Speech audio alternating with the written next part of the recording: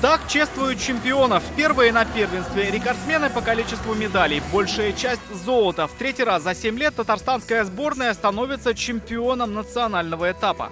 Ваша уверенная победа в финале – это крутой старт вашей карьеры, новых побед на международных соревнованиях, становление вашего профессионализма. Вам аплодисменты. Такой результат – прямая заслуга мудрых наставников. Это они вместе с ребятами посвящали тренировкам долгие дни и ночи. За это особая благодарность от президента. Абсолютно не умели заниматься тестом, даже в руки не знаю, с какой стороны взять его.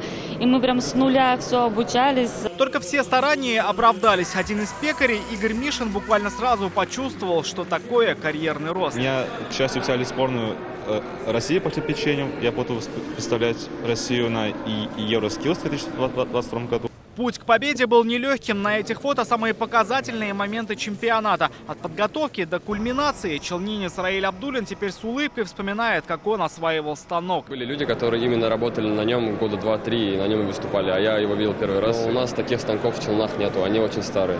У нас стоят современного оборудования. Сегодня дни соревнований – это уже недавнее прошлое. Позади остались бесконечные тренировки, часы, проведенные за станками или в сварочной маске. Впереди небольшой отдых и надежда на WorldSkills 2021 года. Рамиль Шайдуллин, Марат Зайдуллин, ТНВ, Казань.